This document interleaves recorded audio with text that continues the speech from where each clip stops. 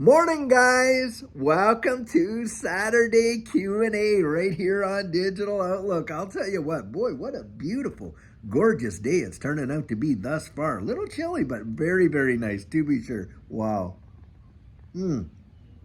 Well, guys, I want to tell you, I didn't get a video out last night because it's my mom's last day spending with us here in Texas before she goes back home to Canada. So I just really wanted to spend that extra time with her and, really make her feel loved and special. And so, anyhow, guys, today's question is really a good one. Now, this question comes from Blair. Now, he had sent me this earlier on in the week, and I thought, wow, these are great questions, and I'll get them out on Saturday. So shout out to you, Blair. And guys, if you've got questions that you would like us to answer on Saturday Q&A, email them to me, and we'll get them on, and we'll talk about them. And then you can, and maybe, hey, I might not even have the answer, but maybe somebody else does, and they can put that answer down in the comments, and we can all kind of benefit from it. But this question is actually a good one because guys, how lately we've been hearing about all these CMEs, these coronal mass ejections, and early into 2024, we could see such an CME that the internet could go down for 2 or 3 weeks, or we might get those 10 days of darkness that people have all talked about and stuff like that with, like an internet shutdown and whatever. And the question comes out is, how secure would our digital assets be in a situation where the internet wasn't available, and especially if there was some kind of an EMP type of deal, whether it's a natural phenomenon with a CME, or if it was absolutely something that was done intentionally. And boy, I'll tell you, this is a great question. Judy and I, being preppers, really thought about this long, long ago back in 2020 when we were thinking, my goodness, what would happen if there was such a situation that wiped out all of our electronics and things like that? Would our, digital assets, would all of our XRP be safe and okay? And guys, we definitely have an answer for that. And I'll tell you what. So what Judy and I did, of course, we have a bunch of different types of hardware wallets. I mean, we've tried a bunch of various ones and stuff like that, haven't been in the space for a long, long time. But the ones that we hold at home and that we keep a little bit of our stuff on and things like that, and we want to secure, guys, I have something right here that I'm going to show you that will make a big difference. Will give you that peace of mind when you're talking about whether or not, you could actually secure your digital assets on a ledger in a CME or an EMP type of event. And right here, what I got here is called a silent pocket. Silent pocket. Now, these silent pockets are not just RFID proof. They will actually protect your hardware inside one of these during an EMP type of event because, enter among the mesh, it's lined with a lot of copper wire and it becomes EMP proof. And the deal is this. These devices, these little Nano X's or your Decent wallet or your Trezor or whatever, yeah, they're definitely an electronic device that would be susceptible to, an EMP or something like that could really kind of screw them up. Now, that does not mean your crypto is lost, of course, because it's not on those devices, is it? Your digital assets are on the blockchain, and you can access those, of course, with your 24-word seed phrase. Now, we are utilizing the internet to interact with, a lot of our digital assets. But did you know that XRP does not even require the internet in order to work with it? I mean, it is truly, truly wild. Now, rather than get into all the nitty gritty about that, I have literally seen XRP transactions completed using ham radios and all kinds of stuff. It is truly amazing how you can interact with the XRP ledger. But your assets are on the blockchain, of course. Well, with XRP, they're on the ledger because XRP, guys, is not blockchain. It is a consensus algorithm. And you might want to research that a little bit. Yes, it has a lot of the same attributes, the immutability and all that other stuff.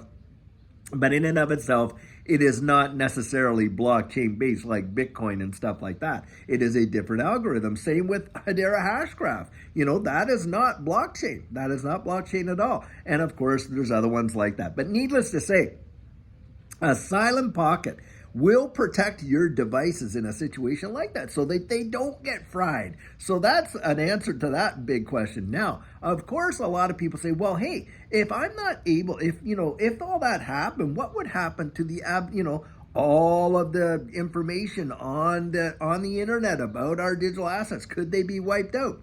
Well, guys, when it comes to XRP, especially XRP, there are so many various nodes that are being run on the XRP ledger. And I know that, and you can look this up, fact check this, there are a bunch of them that are absolutely in hard, in what you would call, I guess they're in places where an EMP or stuff like that would not affect the ledger, and there's nodes out there. And in fact, there's people out there that literally believe that there are nodes on some of these satellites out there in space, and eventually that's what's going to come down the pike when you see this whole global integration and stuff like that with a lot of these low orbiting satellites.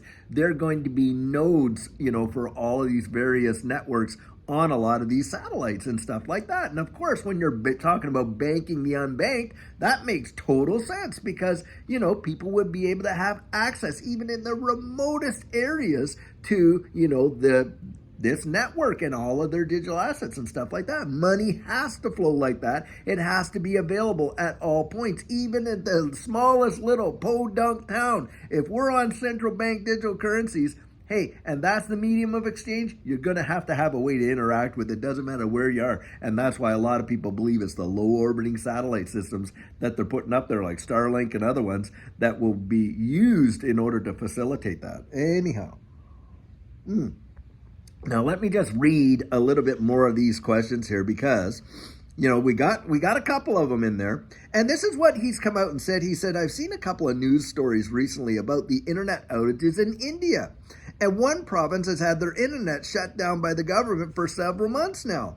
How would this affect crypto usage in the case of the government or the provider itself not allowing access to the internet? Well, guys, like I said, research this.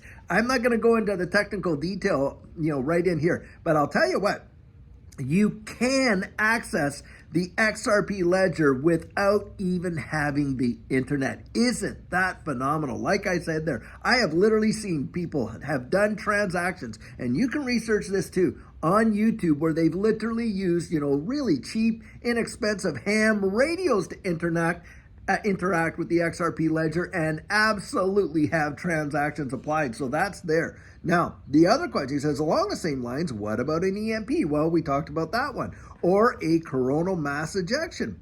Either of these would be devastating to electronics. Absolutely. And that's why, hey, you go out there, you grab for yourself a silent pocket. You look that up on Amazon or whatever. And, they don't have to be too big because, of course, these ledgers, the Nano X, the Nano S, Nat Plus, or the Trezor, or the Decent Wallet, or any of the other ones, they're going to fit in a little pouch like that, and that's going to protect it from any kind of electronic disturbance, that's for sure.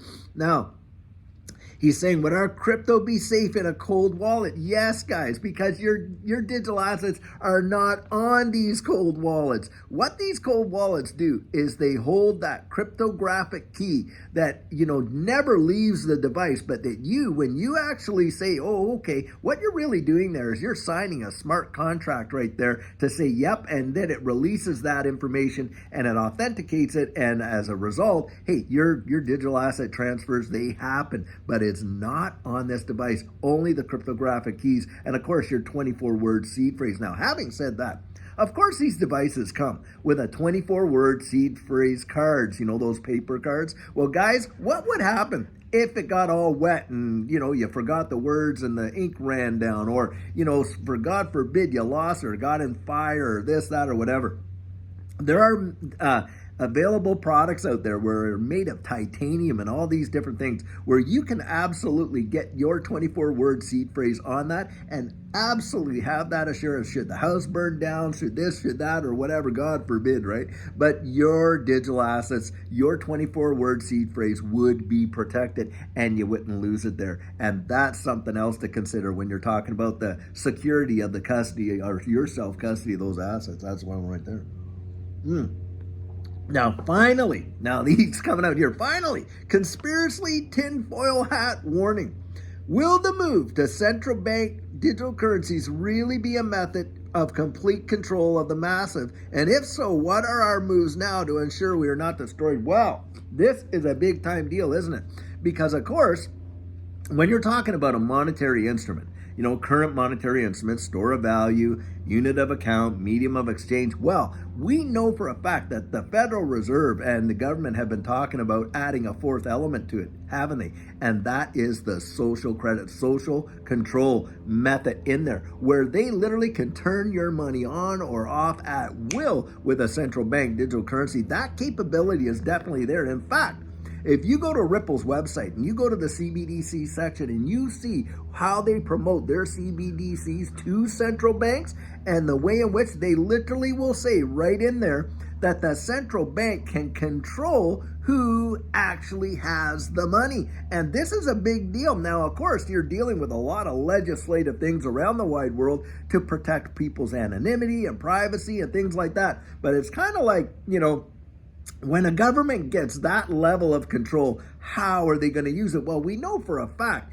in a lot of totalitarian states that are already out there, they're definitely going to use social control in their monetary instruments. Absolutely zero doubt. And they're going to literally control the way people behave, either through rewarding them or incentivizing them, of course, or punishing them, right? It's all that, positive and negative reinforcement. You can better believe that that is going to come down the pike somewhere in some way around the wide world. Now, is that going to affect you and I in our Western states or where we're supposed to have free democracy? Well, guys, this is where, he's asking, hey, how can we protect her? Get your voice out there and make sure that people in your area, whether it's your congressmen, members of parliament, depending on your political situation, and let them know what you think and feel. Don't kid yourself. These guys really care. Sometimes you would be amazed how few letters will go out there and absolutely start a buzz about a change of various things. Now, hey, they're out there to self-preserve, right? Of course. And so that's one of the ways in which to do it. Now, another way,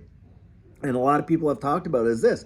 Don't be beholden to the system. When they're out there trying to sell their universal basic income, don't be the first ones in line for that kind of stuff. That is absolutely, the road to servitude, that whole idea and that type of thing. Universal basic income is absolute hogwash. It literally gets people to be dependent upon the government. And I'll tell you what, that is the last place that I absolutely want to look for my sustenance. I'll tell you what, and by the way, having said that, I'm going to say this. I'm not praying to my Father who art in XRP either. I'm believing and trusting in the living God to be my provider as he always has been. But guys, he gives us wisdom, right? Be wise as a serpent, harmless as a dove. And this is where you get out there and you use good wisdom and think about it. Do you want to be reliant on the government for your, what would take your livelihood? You're talking about going back to serfdom if you do. That is not liberty, guys. And this space definitely was founded on principles of liberty. It was all about liberty. And this is where we want to detach from all this. Now, XRP and the XRP ledger, I'm telling you, XRP is already deemed a monetary instrument around the wide world. And think about it, guys. It's an alternative to a CBDC, a means of transaction in a digital world outside of central bank digital currencies. So for me, one way I'm preparing is I'm just stacking my bags. At least that's what Judy and I are doing in this whole ecosystem. I'll tell you what. And guys, it can make a big, big world of difference. But this is where, if we just sit back and acquiesce, oh, it's coming, there's nothing we can do about it, and this and this and that, then you get what you get, isn't it? That's why I'm always encouraging you. Get your voice heard. Get your word out. Write some letters and all this kind of stuff, because there are people out there that are trying to absolutely make it so that we can have a system. The benefits of this distributed ledger technology are truly phenomenal. But of course, with that comes the risk that we could literally lose our liberty if it's all in the wrong hands. And that's kind of the way I look at it. Well, guys, I sure hope that you've enjoyed today's question and answer and all that kind of stuff. And like I say, if you've got some big time questions out there, send them in to me. Email them to me at coaching@thedigital.outlook.com or however you want to do it, and get them out and we'll put them out here. And guys, if any of you have anything to add with what we talked about today, you drop that right down in the comments, because this community wants to benefit from all of that. And listen, we read every single solitary comment Judy and I read that you you guys put in there, you're absolutely heard. Now, of course, we don't have the ability to reply to each and every one of them, but we definitely read them and we value them. You guys are an amazing community, and like I love to say, the best community in all of crypto. So guys, until tomorrow, hey, by the way, tomorrow, we're going to have our Sugar on Sunday. Really amazing nuggets of truth. I sure hope that you can join us for that. But I'll tell you what, until then or on Monday, have a great one and take care.